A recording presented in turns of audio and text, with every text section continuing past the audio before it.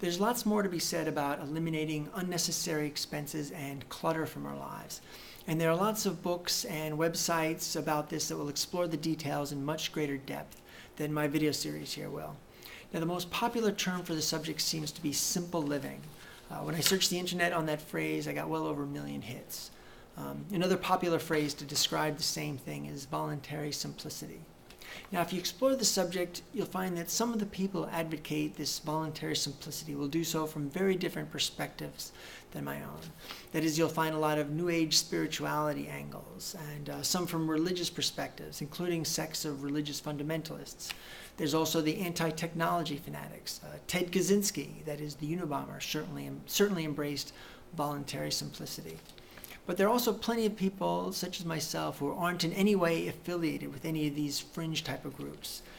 Because even from a completely secular and completely mainstream angle, there's still plenty of strictly logical reasons for avoiding getting sucked into America's over-consuming consumer mentality.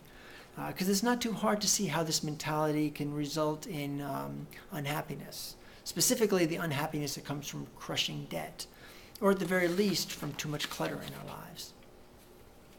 But these are problems that I see as manageable and ones that can be solved by consciously examining our behavior and then taking steps to change that behavior.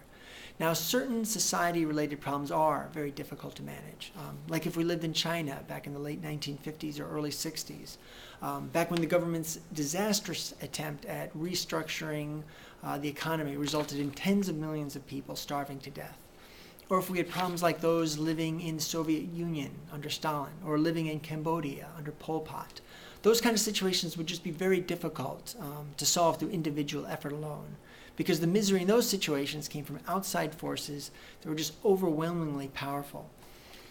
But now when it comes to living in a society that's so overflowing with goods and services that we're tempted to choke ourselves with excesses and debts, well, these are just temptations. No one's really forcing us. At least for the most part, the unhappiness that results from being tempted into overspending are self-imposed problems and, with effort, can be self-resolved. Now, when I refer to over-consuming and overspending as a problem, how much of a problem it really is can depend on whether you live dependently or independently. Now, I don't know how many teenagers or young adults will watch this video series or read my Hunting, Gathering, and Video Games book. But I do hope to reach this audience because for the most part, my book was written for a younger version of myself, back when I had pretty much zero understanding of all the subjects that I'm covering now.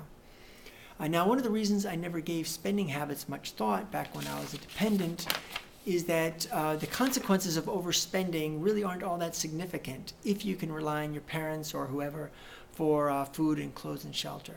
Because for dependents, often the only drawback of overspending, well, it's just an inability to buy any more non-necessities until more money comes your way. But it is a dangerous habit because once you move out and live independently, overspending can lead to all sorts of concrete miseries, especially if you've maxed out all your credit cards. Shut-off utilities, eviction notices, untreated cavities. Those are just a few that come to mind.